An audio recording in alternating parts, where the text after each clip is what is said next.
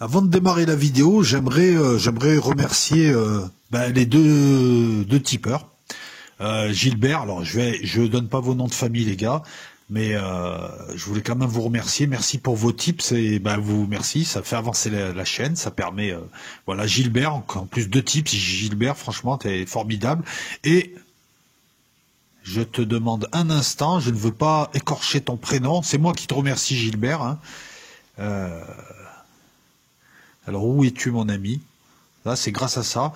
Benhamza. Gilbert et Benhamza, force à toi Benhamza, merci à vous. Hein. Voilà, ça fait plaisir, ça aide à faire avancer la chaîne, ça donne un peu plus de sérénité, voilà. Salut les amis, nouvelle politique, nouvelle vidéo politique, fiction. On va même tenter une prévision. On va voir, hein, si ça marche pas, hein, c'est pas. J'ai envie de te dire que les Thénardier sont de retour. Ben ouais. Derrière Caméléon et Joe Biden, il y a Obama. Mais ça, c'est public. On dit c'est Obama qui contrôle. Mais derrière Obama, il y a qui? Derrière blabla. Les Thénardier, les Clinton, qui sont les représentants de la branche politique, j'ai envie de dire, du nouvel ordre mondial. Enfin, en tout cas, de cette version-là. Biden, on l'a pas mal entendu. Il y a un truc qui a retenu mon attention. C'est pour ça que je te dis que les Thénardier sont là derrière, hein, parce qu'ils sont obsédés par la Russie, c'est leur ennemi numéro un. C'est que Biden a clairement affiché une politique future très agressive contre la Russie. C'est le terme qui a été utilisé, agressive. La politique, pas le terme. Puis on a eu un petit hors-d'œuvre hein, avec Navalny qui est devenu un troll politique. Hein. Maintenant, même dans la presse occidentale, on parle de lui comme d'un blogueur. Le mec, c'est même plus un politicien, c'est un blogueur. Tu me dirais, il l'a jamais été. C'était un amuse-bouche. Donc je me suis dit, ils vont reprendre leur politique d'avant Trump, de pression contre la Russie. Le but du jeu, c'est d'éloigner la Russie de l'Europe occidentale, que des pays d'Europe occidentale ne soient pas attirés par les sirènes russes. Hein, c'est la politique américaine depuis 1945. L'objectif de la Russie, c'est de passer pour la victime et la gentille et de se rapprocher, de raccrocher les wagons. Parce que qui a l'Europe occidentale a le monde, le contrôle. Et donc l'objectif, c'est de multiplier les pressions pour faire déjouer Moscou et puis pour faire passer Moscou aux yeux des opinions publiques. Pour les méchants, enfin, ils cherchent même plus à convaincre l'opinion publique occidentale, qui elle n'est pas anti-russe, hein, qui est très pragmatique, non. Ils cherchent juste à avoir un prétexte. Si tu veux, Navalny, même si tout le monde s'en fout ici, et tout le monde s'en fout dans toute l'Europe de Navalny, hein, ils peuvent lui faire ce qu'ils veulent, on s'en balance. Eux, ça leur donne juste le prétexte à leur presse de brailler. Et donc, eux, ils ont une justification. Tu comprends la feinte? On cherche même plus à convaincre les opinions publiques. On cherche juste un prétexte à afficher devant ces mêmes opinions pour dire on est obligé de bouger, Navalny. Alors, tu comprends, Navalny, c'est un démocrate, donc il faut que les Allemands n'achètent pas de gaz aux Russes. On voit pas trop le rapport avec Nord Stream, mais bon.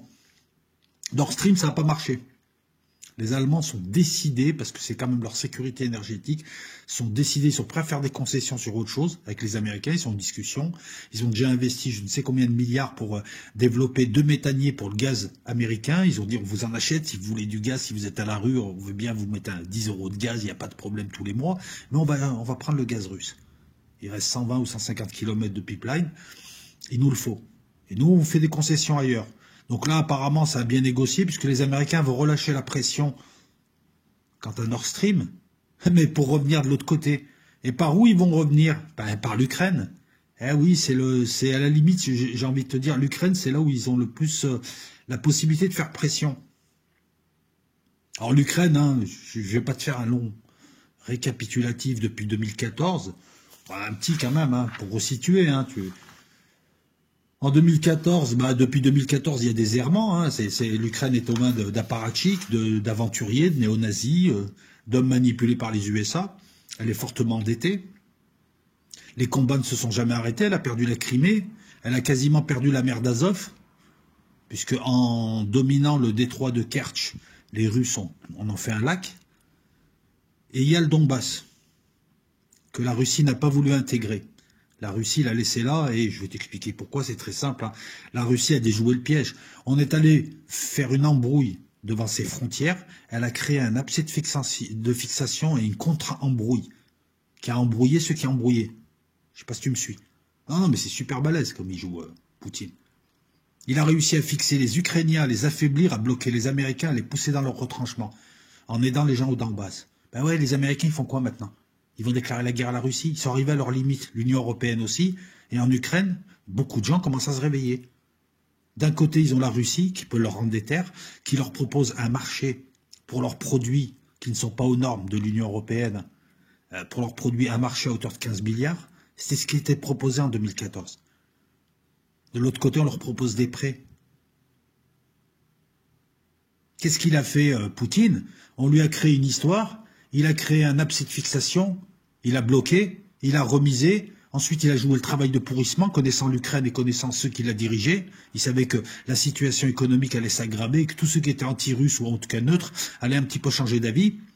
6 ans après, 7 ans après, il a fait un travail de pourrissement, il a fait un travail diplomatique à l'intérieur, il s'est servi de ses réseaux pro-russes, et tu as une partie de l'opposition ukrainienne à Zelensky, qui est opposée, qu'elle appelle d'ailleurs l'homme des USA, qui elle aimerait discuter avec les Russes et revenir dans le giron russe. Et on verra que c'est pas si stupide que ça. Parce que tant qu'à dépendre de quelqu'un, autant dépendre de quelqu'un qui permette à tes migrants d'aller bosser chez lui. C'est un peu comme l'Arménie. Hein. Zelensky et Pachinian sont deux types qui ont fait du tort à leur pays. Leur pays n'est pas prêt à être indépendant. Et ils sont allés vers ceux qui n'allaient pas l'aider. L'Union européenne n'a fait que des prêts. Elle en a marre de l'Ukraine, l'Union européenne. Pour elle, c'est un boulet, l'Ukraine. Ils font ça parce que c'est les Américains qui demandent à l'Union européenne de supporter l'Ukraine. Mais pour eux, l'Ukraine, c'est un boulet. Ils vont pas lui acheter ses produits. Les produits manufacturés ukrainiens, t'en connais? Ils ont des produits agricoles, ils ont des produits miniers, ils ont des trucs qui ne s'achètent qu'en Russie.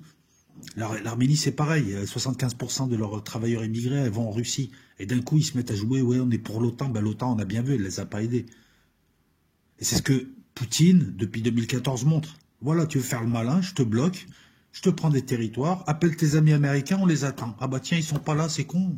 Ah c'est con, il t'a envoyé en premier. En fait, voilà, la technique américaine, c'est pas une véritable aide à ces pays. C'est on manipule des gens dans ces pays pour les envoyer se faire casser la gueule, pour aller ennuyer les Russes, comme ça les Russes gueulent, et comme ça nous on peut ensuite jouer les gentils. Mais qui c'est qui paye? C'est le peuple ukrainien. Que le peuple ukrainien veuille s'éloigner de la Russie, je peux le comprendre. Partie d'entre eux aimeraient rejoindre l'Union européenne. Mais ça a été mal préparé. Tu rentres pas comme ça dans l'Union européenne. Vu que tu es un pays du tiers-monde avec des bacs plus 4, des bacs plus 5. Mais oui, c'est un pays du tiers-monde européen. C'est un pays riche avec une population cultivée, mais avec une corruption, une mafia, des apparatchiks hyper corrompus qui t'en font un pays du tiers-monde, qui fait que le pays est à la rue. Voilà où on en est. La Crimée, c'est fini, il faut oublier. Mais il y a le Donbass, il y a les deux républiques, la République de Donetsk et la République de Lugansk. Et là, il y a un abcès de fixation. Zelensky, qui est président depuis 2019 et qui a promis la paix, ben, depuis 2 ans, il est face à la réalité. L'Ukraine est dans une impasse. Elle est tenue par les Américains qui ne vont pas plus l'aider que ça, mais qui sont en train surtout de dépecer ses joyaux industriels, parce qu'il y a de la richesse, c'est un pays riche. Il est traité d'homme des USA. Il a une opposition voilà, qui gueule de plus en plus. Et alors, ce qui m'amène à faire la vidéo, je t'explique, c'est qu'il vient de faire fermer 9 chaînes de l'opposition. 9 chaînes et journaux. Donc pour un démocrate, c'est rigolo. C'est rigolo, ces démocrates à la Soros, quand ils arrivent quelque part, ils sont encore plus autocrates que les précédents. Mais, c'est ça qui est terrible, et c'est là où tu vois l'inversion, c'est ubuesque. Hein. Tu peux voir l'article sur RT. L'Union européenne, Reporters sans frontières et les USA, au lieu de lui dire c'est pas bien, tu n'es pas un démocrate, tu n'écoutes pas ton opposition, ont estimé que c'était normal et que c'était pour lutter, c'était pour la défense de la liberté de la presse. Je te promets que c'est écrit comme ça, mot à mot. Que Zelensky avait bien fait, qu'il était soutenu et qu'on défendait la liberté de la presse et la défense de la presse contre les fake news. En gros, quand tu es opposant aux Américains, tu es devenu une fake news. Et donc, ils ont le droit de t'interdire. C'est le principe des dictatures, hein, c'est ce qui est contesté. Et l'Union européenne valide cette connerie. On est en pleine inversion. Mais ça, c'est un message qui est envoyé. C'est déjà un premier point de pression, et ça veut dire prépare-toi, on va te faire une saloperie. S'il appuie, si ce type prend ces mesures parce qu'il est aux abois, parce que sa population commence à s'apercevoir que c'est un charlot, que c'est un ancien acteur qui a été installé par les Américains, parce que Poroshenko était encore un peu trop puissant pour eux. Bon, il est milliardaire, Poroshenko, il peut faire le mafieux seul sans les Américains. Ça veut dire quoi? Ça veut dire que ça sent l'attaque contre les Russes. Attaque multimode. Mais il n'y a pas que cet élément qui me fait dire ça. On a un durcissement aussi, dans la mesure où il y a le discours de Biden, on va être plus agressif contre la Russie. Il y a Zelensky qui se met à fermer des chaînes. Et il n'y a pas que ça. On voit arriver par train de l'artillerie lourde sur la zone de front à Mariupol. Il y a des trains entiers qui ramènent des lance-roquettes multiples grades, des obus de 100, de 122, de 152 pour alimenter de la grosse artillerie. Ça, c'est de l'offensive, hein. C'est pas pour chasser les mouches ou pour chasser les drones ou pour être en défensive. Ça, c'est une offensive qui se prépare. Hein, en général, les offensives, surtout avec ce genre d'armée, c'est pilonnage d'artillerie, artillerie lourde, lance-roquettes multiples. On voit arriver aussi, et normalement, Minsk l'interdit, ils avaient retiré leurs armes lourdes des deux côtés. Donc là, d'un coup, le type ferme des chaînes, fait des discours contre la Russie, parce qu'il est dans une impasse politique, parce que les Américains l'ont relancé. Moi, c'est ce que je vois là. Les Thénardier ont dit on sera plus agressif avec les Russes. 2 semaines après, même pas une semaine après, ce type, va inspecter le front avec plus de 63 pièces d'artillerie qui arrivent. Il y a des convois avec des chars, Rapira, du 100 mm quand même. Donc voilà, artillerie plus chars, il va y avoir du mouvement, il va y avoir du feu et du mouvement. Des obusiers automoteurs et automoteurs aussi, autofoqueur moteur. Akatia, 152, enfin bon, ils ont des noms ukrainiens, mais c'est des obusiers, ne te trompe pas. Hein. Ils ont beaucoup d'obusiers, ils en ont peut-être 2000. Ces obusiers-là, c'est des obusiers. La différence entre un obusier et un canon, c'est que le canon, il tire droit, l'obusier, il tire en cloche pour passer les obstacles. Et un automoteur obusier, c'est comme un char avec un canon, mais tu verras, le canon, il sera jamais à l'horizontale totalement. Il sera toujours un petit peu relevé. Et c'est des obusiers Allwiser allemands, en fait. C'est des systèmes allemands. Donc, discours Biden, phobie de la Russie de la part de ces gens. Zelensky commence à s'activer, qui ferme des chaînes. L'Union européenne et les USA qui approuvent, alors qu'ils avaient juste à se taire et ça passait crème. On voit arriver des obusiers, on voit arriver des lance-roquettes, on voit arriver des chars sur la ligne de front. À ton avis, ça sous-entend quoi? Que c'est bientôt Noël qu'ils vont apporter des cadeaux? Cette concentration de troupes a subi l'inspection surprise de Zelensky, comme avant une guerre. Tu as des bombardements de temps en temps qui ont commencé à reprendre. Ça sous-entend on va tester les positions adverses, hein, sans envoyer de drone, on va un petit peu tester comment ils réagissent, etc.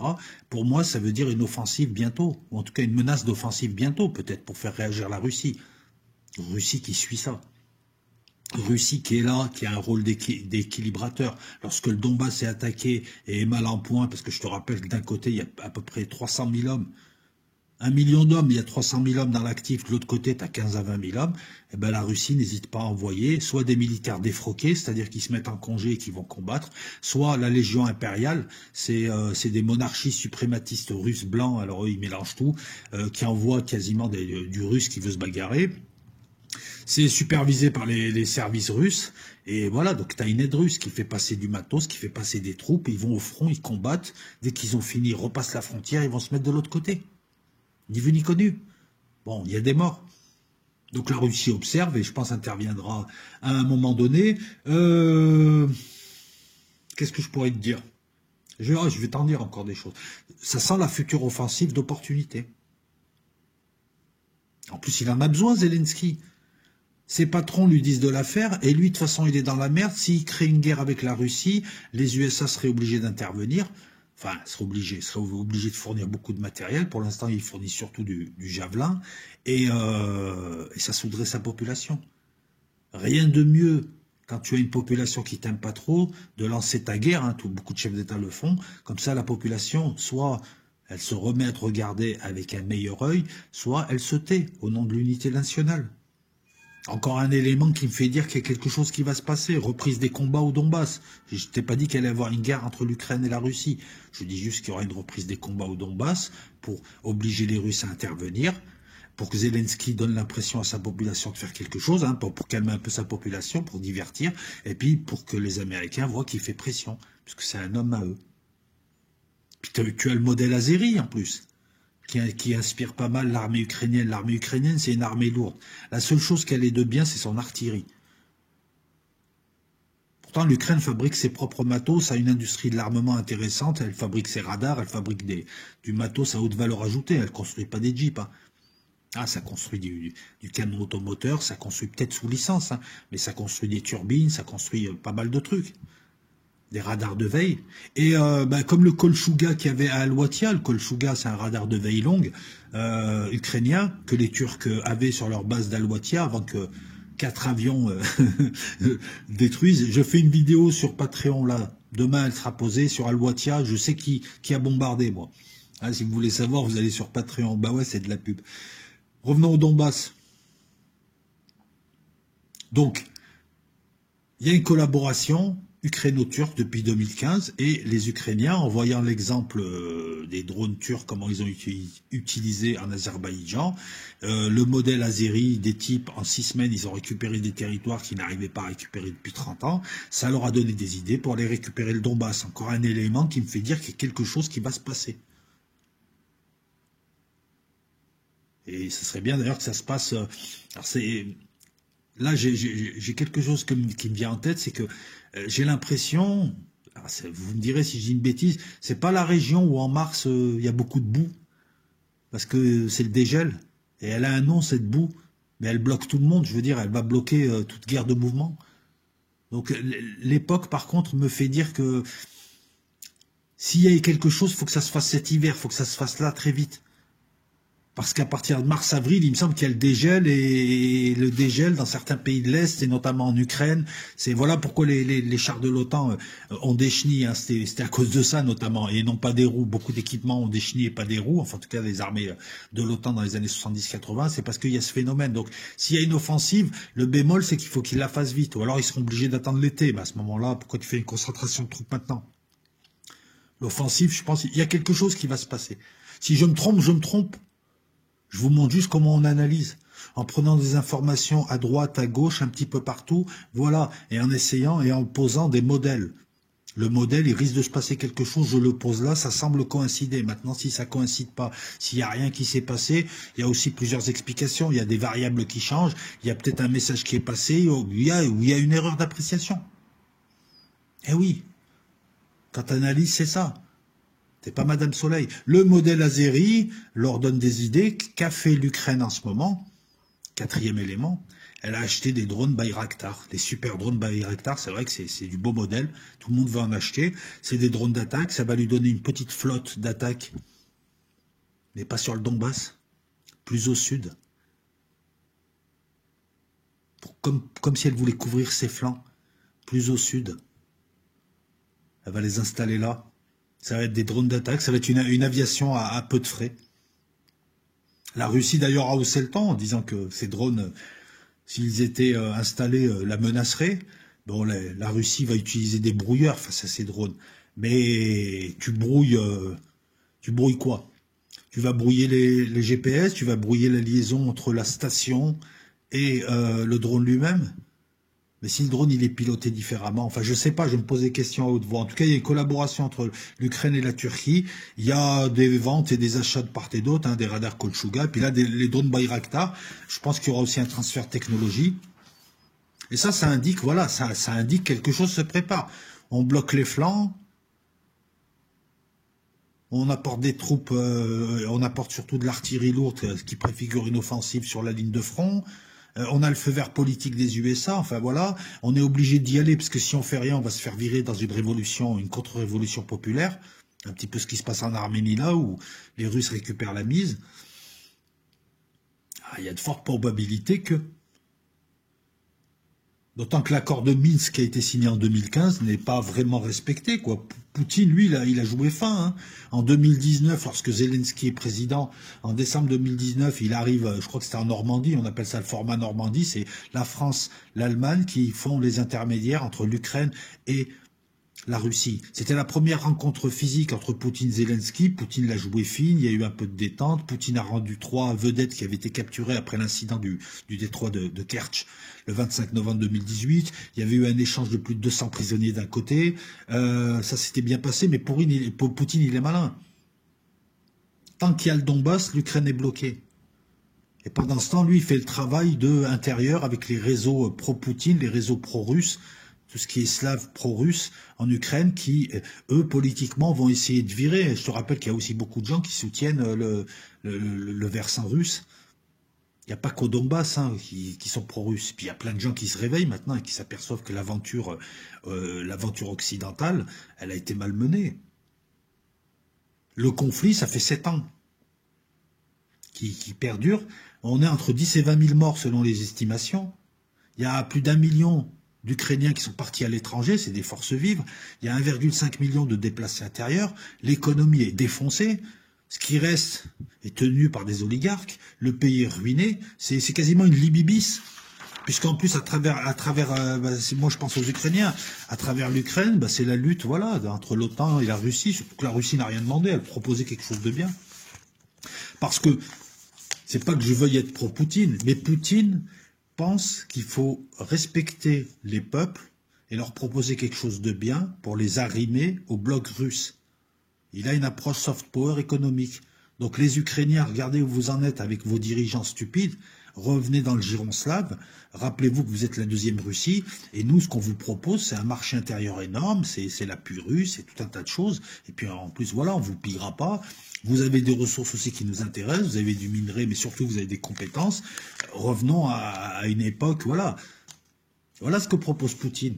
Et tu m'étonnes que les gens suivent. Les Américains, ils proposent quoi? Ils discutent avec les Rupins. Voilà, moi, je veux placer mon fils. Toi, tu vas faire ceci. Toi, tu vas faire cela. Est-ce que le peuple profite de la manne américaine ou de la manne européenne? Non. Alors que de l'autre côté, l'Ukraine a raison d'être indépendante. Elle a des relations ombrageuses avec la Turquie. Avec la Russie. Et puis tout pays a le droit de vouloir être indépendant et de ne pas dépendre d'un bloc. Le problème, là, c'est que c'est pas avec leur armée, avec leurs grades, leurs smersh, leurs ouragans, leur grosse artillerie qui vont faire quoi que ce soit. Le conflit est bloqué. Ils sont bloqués. Et les seuls qui, entre guillemets, font semblant de les aider, leurs macros, les Américains, en fait, ils sont pas là pour l'intérêt de l'Ukraine. Ils sont là juste pour les utiliser comme ils ont utilisé l'Arménie ou comme ils ont utilisé la Géorgie. Entre autres, comme ils ont utilisé tout un tas de pays arabes. Le problème de l'Ukraine, c'est d'avoir voulu faire la rebelle sans en avoir les moyens. Quand tu veux te détacher, c'était valable pour l'Arménie de Pachinian, quand tu veux te détacher de la Russie et tu dis moi je m'en fous de la Russie, l'OTAN, assure-toi d'avoir une économie solide, viable, assure-toi qu'en face on va te donner autant, sinon tu es stupide. Là, la solution, parce que c'est facile de critiquer, mais il faut proposer, la solution elle est simple, il faut chasser Zelensky, et il faut que le prochain chef d'État, quelle que soit son aversion pour la Russie, revienne vers la Russie, revienne discuter. Voilà, on veut avoir des liens avec l'Union européenne. Par contre, votre accord de 15 milliards, il nous intéresse. On aimerait faire la paix avec vous. La Crimée, vous l'avez pris, d'accord, mais on veut une indemnisation. Et on vous signe. Les Américains, lorsqu'ils ont fait la guerre aux Mexicains, ensuite, ils ont pris ce qui représente un tiers des USA à l'heure où je te parle. À la fin de la guerre, ils ont été malins, ils sont allés voir les Mexicains, on fait la paix, d'accord. Et pour les terrains, je te donne 64 millions de dollars. Et maintenant, ils sont vraiment à nous. Ça te donne le Texas, ça te donne l'Arizona, ça te donne tous ces territoires. Sinon, le Mexique serait beaucoup plus grand et remonterait quasiment, et les USA seraient amputés d'un tiers. Là, la Crimée, Poutine ne va pas la rendre. Il vaut mieux obtenir quelque chose.